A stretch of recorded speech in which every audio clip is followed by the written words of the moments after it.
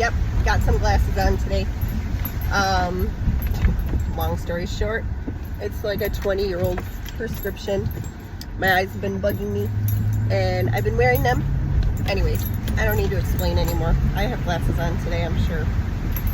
There's a notice. I don't like this topic because I know the second I start talking about it, I'm going to start getting challenged by it. But I'm going to talk about it because not that I like feeling vulnerable, but I do like facing vulnerability courageously because I can't do it by myself, but God can help me be courageous. And God asks us to be courageous. He doesn't even ask us, He commands us to be courageous. And we've made things too comfortable in this world today. Well, Americans, I don't know how it is in other countries, but in America, we're comfortable. And we're going out of our way to make ourselves more comfortable. You wouldn't believe the amount of teenagers that walk around here out in public in pajama pants. That's comfortable. Don't get me wrong, I like to be comfortable, but anyways, I'm gonna try not to be on a tangent and just speak blatantly. But like I said, I don't like this conversation because I struggled with it for 30 years, and I'm still in the back of my mind, I think, a little bit scared that it's going to return, even though I have God in me, and it's not going to return unless it can glorify Him in some way. And that's something I've learned about it. So this topic, in case you haven't figured it out, it's anxiety and fear. And I'm going to get stress in there too, because when we feel stressed out, we feel anxiety and fear and whatever else gets thrown in our lap. But it's got to be addressed because stress does terrible things to your body. Terrible things to your body. I'm not living with anxiety anymore. I think I still have muscle tightness from past experiences with stress that have never gotten worked out. I think this is a theory. I am not a medical professional, but all of my years of being up here in my adrenaline, I truly believe it used up some of my hormones, my stress hormones. I think cortisol is a stress hormone, right? Very small education in the field of hormones and all of that, but I know that there are hormones that are released when you're under stress, the fight or flight hormones.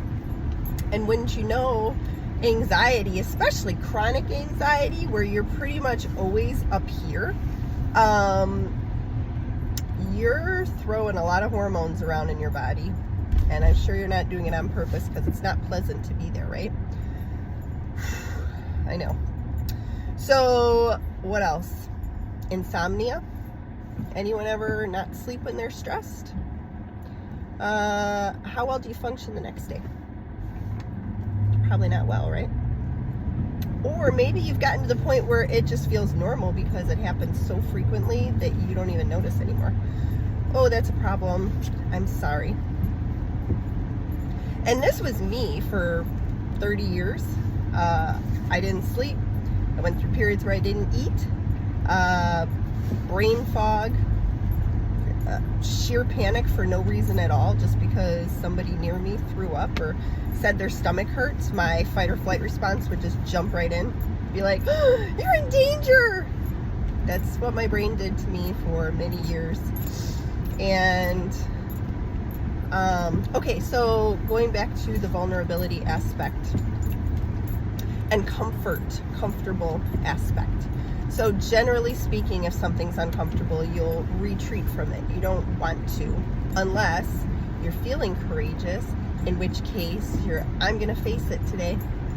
And there are two sides and two outcomes. If you retreat from it, I can guarantee you'll feel better right away. There were days where I could not go to school. I felt so sick.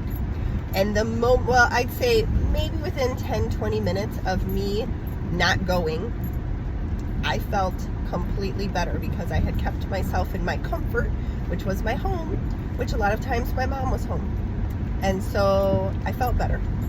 Or if I was in a store, I was in panic mode and I'd leave the store and I would feel better. The best example that I can come up with is when I would go to a restaurant and I would eat. I could take about 2 bites max and I'd feel sick. So I'd sit at the table with the restaurant and everybody around me would be eating and enjoying and laughing, and I was thinking, I don't feel good, I want to get out of here. And I would stay and then I would box up my food, and I am not kidding, within 5 minutes of being in the car, I'm noshing on my food because I was out of the place that was causing me to panic inside for whatever reason.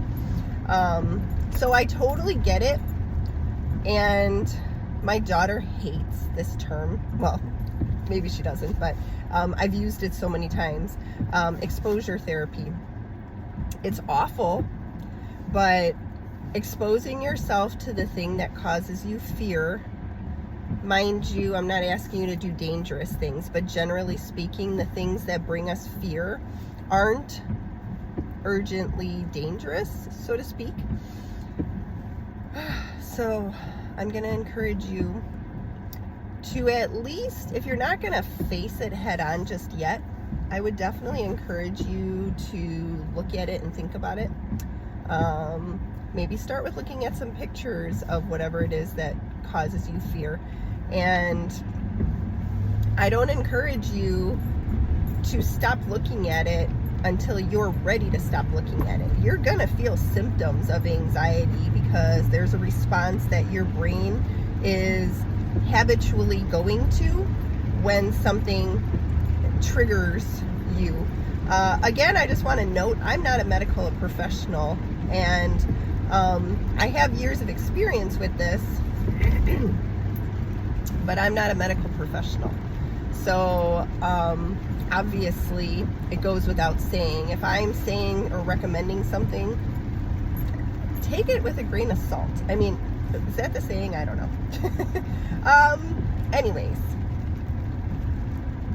there are a lot of people that are terrorized by fear, and it goes in different areas of life, and it has differing degrees of how it affects you, but ultimately, if it's affecting you at all, you owe it to yourself to be vulnerable about it and courageous about it, and understand at the very root, like I said, these aren't life-threatening fears. If there's a life-threatening fear, your body is actually trying to protect you, protect your life. So I'm not encouraging you in any way to go after something that's actually dangerous. But many of us have dealt with fears that affect our daily lives, and it gets bad if you let it. If you let it keep stealing things away from you, it gets really bad, and you end up kind of alone and isolated, and that is exactly probably what's most comfortable to you, but it's not healthy to be there, and it's so awful. And I wish there was more I could say that would make it easier to walk through, but in truth, it's not easy, and there's no easy way to dig out of anxiety. It comes with, especially if it's been going on for a long time. You know, I don't know if you've ever heard the saying, and I don't know if there's truth to it, but I think it's pretty legit. Say you're in a relationship, a marriage, and you've been married for 20 years, you've been in this relationship for even longer than that, and the relationship ends. There's a grieving process to it. And you have a period where you have to process the loss. And granted, freeing yourself from anxiety isn't a process of grief, but there is a process that has to occur. And you know, it's something as simple as when you talk about like brain neurology and how, you know, if you begin a habit, you create new pathways in your brain that function towards bringing you to a different direction. And so our brains are changing, and the habits that we choose affect our brain. And so honestly, it might not feel that way right away, but the more you start doing these things, the less they're going to bother you eventually, and the less chained you're going to be to fear. And it could just be thinking patterns. It might not even be physical symptoms that happen when you're going through things. It might just be thoughts up here, and it all affects your body. And so at the very least, maybe figure out how to simplify things a little bit. Maybe figure out a way to get a few more people into your life, or maybe figure out a way to allow yourself to be vulnerable with something that you really would like to do, but you've not been doing it because you're scared of it or you're fearful.